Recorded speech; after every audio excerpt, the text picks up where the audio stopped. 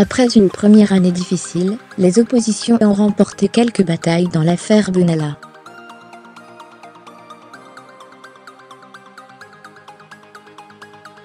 Du Front National à la France Insoumise, les députés critiquent la commission d'enquête.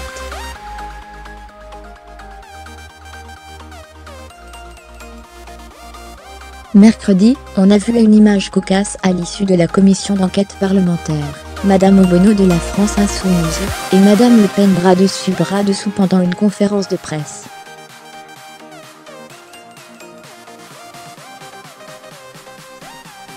Le porte-parole du gouvernement Benjamin Griveaux a dénoncé jeudi la convergence des oppositions, destinée selon lui à bloquer la transformation du pays et bloquer le travail du Parlement.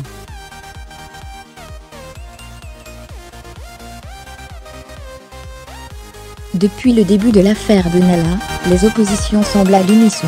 Les oppositions ont gagné là une bataille tactique. Droite, gauche et extrême droite ont d'abord multiplié à l'Assemblée les rappels au règlement et les coups d'éclat.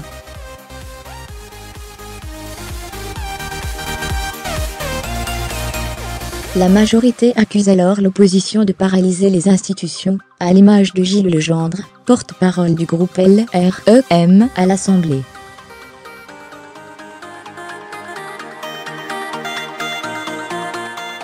J'assume une convergence quand il s'agit de protéger l'État et de faire respecter la norme républicaine, a répondu Jean-Luc Mélenchon au Monde.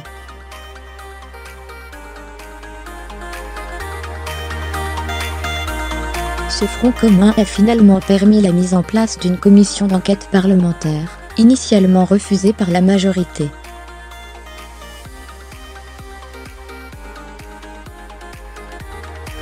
Après plusieurs jours de brouhaha en séance, les oppositions ont obtenu également le report de la réforme constitutionnelle à la rentrée.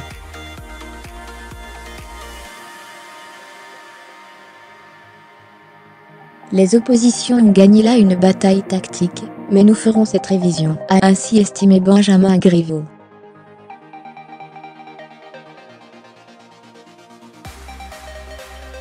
Des divisions sur la motion de censure ? Mardi, les députés LR, LFI et Nouvelle Gauche ont torpillé d'une même voix le Premier ministre lors des questions au gouvernement.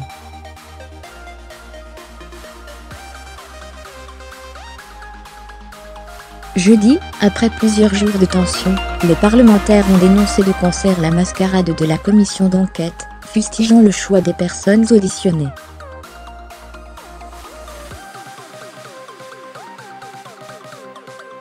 Dans la foulée, une conférence de presse improvisée s'est organisée.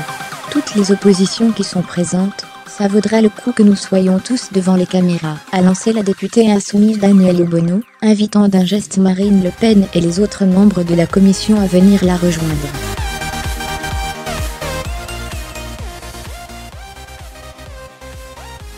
Une opposition nauséabonde, tacle Sylvain Maillard, député LREM, sur Twitter.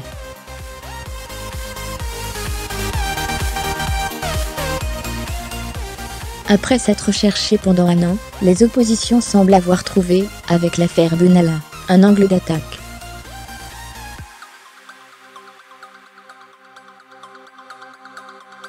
Mais l'unité de circonstances peut-elle durer ? La question de la motion de censure au gouvernement montre quelques difficultés.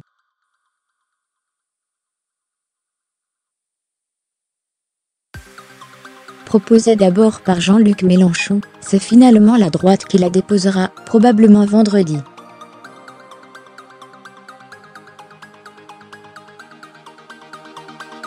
Christian Jacob et les Républicains espèrent ainsi être la figure de proue. C'est pour nous une volonté de prendre le leadership des oppositions, coalisées depuis la révélation de cette affaire, explique un député LR.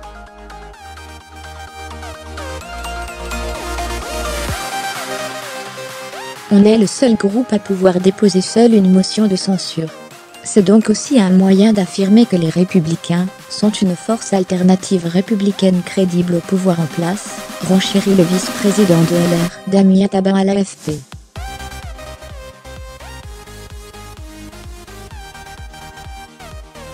Ce n'est pas la bonne façon de procéder, en réalité ça rend service à Emmanuel Macron, a ainsi tranché Olivier Faure, patron du PS.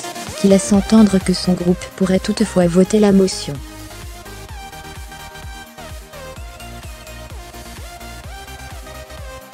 Même hésitation aussi au sein du Rassemblement national, ex-FN. Ce retour en force de l'opposition pourrait également avoir des conséquences sur le projet de réforme constitutionnelle, qui doit recevoir 3/5 des suffrages exprimés des deux chambres du Parlement réunies en congrès.